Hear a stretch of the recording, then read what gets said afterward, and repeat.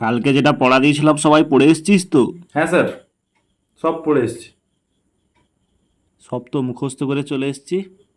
এবারে স্যারকে হু হু করে বলে দেবো, স্যার অবাক হয়ে যাবে। তা আজকের পড়াটা প্রথমে কে বলবি? স্যার স্যার, আমি বলবো।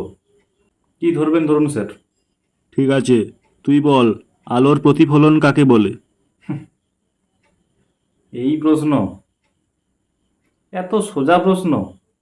তাহলে বলছি শুনুন। আলো যখন কোনো মাধ্যমের মধ্য দিয়ে যেতে যেতে অন্য কোনো মাধ্যমের উপরিতলে আম, আপতিত, তখন উম, মানে অন্য কোনো মাধ্যম তখনই আহ, ধ্যাত, কি যা তা বলে যাচ্ছিস তুই? স্যার একটু একটু এইবারে বলছি। এইবার একদম ঠিকভাবে বলবো।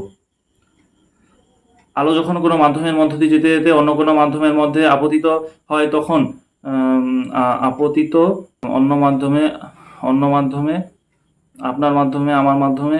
আরে আরে, কি বলে যাচ্ছিস তুই উল্টো পাল্টা? তুই একটুও পড়ে আসিসনি।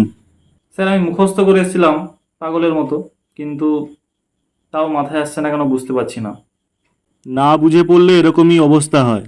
হুম, স্যার, পড়া বুঝে আসার জন্য না বুদ্ধির দরকার হয়, যেটা আমার একদমই নেই।